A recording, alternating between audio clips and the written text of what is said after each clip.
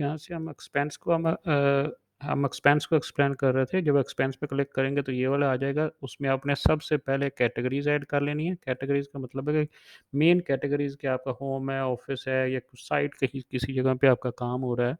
आप building material का काम कर रहे हैं या कहीं और कोई जैसे आपकी ज़मीनें वगैरह हैं वहाँ पर आपका करना चाह रहे हैं, तो ये मेन सेपरेट करने के लिए आपने सब कैटेगरी करनी है। ऐड न्यू कैटेगरी करेंगे तो आप एकदम से 9 कैटेगरीज़ आप इकट्ठी ऐड कर सकते हैं। इसमें कुछ लिखे हैं, इसमें से लेके सबमिट कर देंगे तो जितनी भी कैटेगरीज़ हैं, वे एक ही क्लिक के ऊपर सारी हो जाएँगी।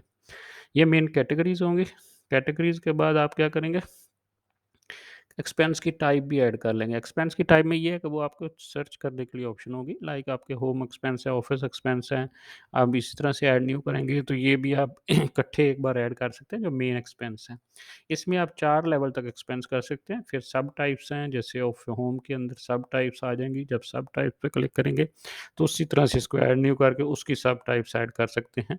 और सेम इस तरह से आप एक्सपेंस में जाते हैं, होम एक्सपेंस के बाद फिर दोबारा आपने ऐड करना है न्यू, यहाँ पे ऐड करके ये 4 लेवल पर सब आप ऐड कर सकते हैं। जैसे आपका ऑफ़िस है, तो ऑफ़िस में अगर किसी के स्टेशनरी पर हो रहा है, स्टेशनरी के आगे कम कॉपी हो रही हैं, पेंसिल्स हैं, तो वो हर चीज़ का अगर आपने सर्च करा, नहीं तो मेन 2 1-2 कैटेगरीज़ के बाद आप अपने एक्सपेंस आगे ऐड कर सकते हैं। ये सिर्फ़ एक बार आपने ऐड करने हैं कैटेगरीज़ को, और एक्सपेंस को एक बार लिस्टिंग कर लें जिसकी आपने सर्च करनी होगी, क्योंकि जब आप ऐड करेंगे सर्च फ़िल्टर पे क्लिक करेंगे तो यहाँ पे वही आपकी कैटेगरीज़ आ रही होंगी, और कैटेगरीज़ पे क्लिक करके फिर उसके बाद आपके एक्सपेंस की टाइप भी आ रही होंगी कि कौन-कौन से आपके एक्सपेंस हैं।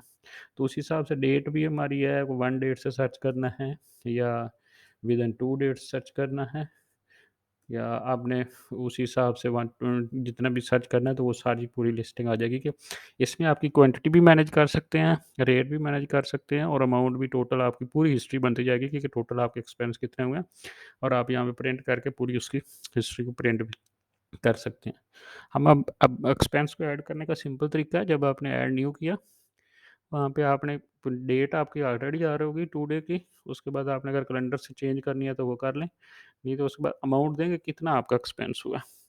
फ़र्क करें आपका हुआ है 6000, और उसमें आपकी क्वांटिटी कितनी है। अगर क्वांटिटी मैनेज करना चाह रहे हैं कि आपकी जैसे कोई ऐसी चीज़ आ रही है जिसको आप देखना चाह रहे हैं कि ये मेरी कितनी आ रही है, तो आप उसमें सर्च कर स क्वांटिटी ऐड करते जाएँ कि ये मेरी 4 आई हैं, ठीक है? उसके बाद अगर रेट को भी मल्टीप्लाई करना है, और रेट भी ऑप्शनल है, अगर देना चाहें तो दे दें।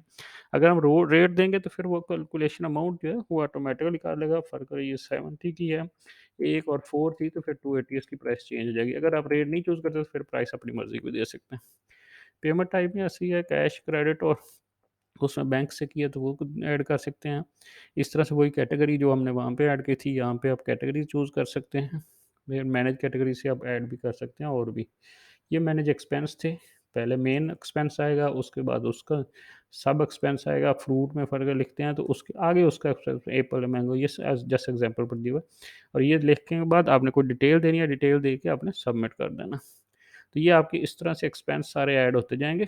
आपने लिस्टिंग बनाते जाना है, और जब भी आपको सर्च करना होगा तो ये पूरा आपका एक्सपेंस का हमारा ये इस तरह से ही है। डिटेल में आप जितना भी है क्वांटिटी भी और वो भी मैनेज कर सकते हैं। बाकी डिटेल में हम इस तरह से और इसको